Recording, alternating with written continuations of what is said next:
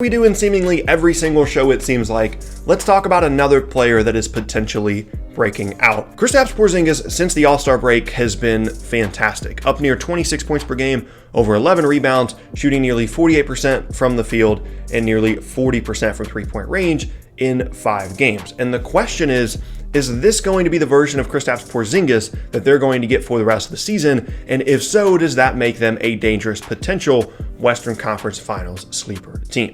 So my first thought with this, as it is with most players that are quote unquote breaking out, is this sustainable? And this specific level of production, 25 and 12 on 40% shooting from three, that's not sustainable. There's just no way that a guy, especially a guy like Porzingis that has struggled with durability in the past, there's no way that I'm trusting this small of a sample size against, there's 2 games in there against the Timberwolves. I'm not trusting that he's going to be this level of player, right? But I do like this. This is obviously a positive indicator of where he could potentially be going with his play, because before the All-Star break, he wasn't that efficient, looked uncomfortable, a guy obviously coming off of an injury.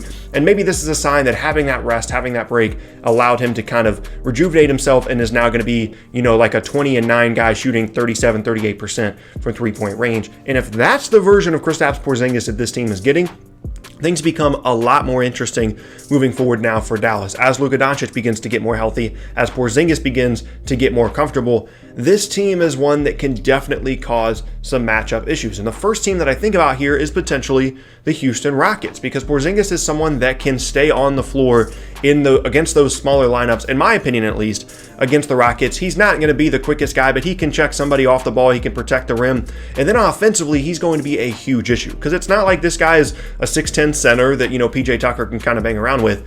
Kristaps Porzingis is a legit 7'2", 7'3", and he's going to be getting a ton of rebounds on the glass. He's going to be able to space the floor offensively as well, so it's not like they're losing out on spacing by having a traditional big on the floor against Houston. And as long as, he doesn't go in there and try and post up all the time, I think he could be a huge weapon and a huge issue in a potential series against Houston. Now, this is all assuming that he's going to sustain something similar to the level of production of, like I said, between 20 points, 9 rebounds, 38% from three-point range. These are all positive things, but you also have to consider we've never seen Porzingis or Doncic in a playoff game, not for a single minute.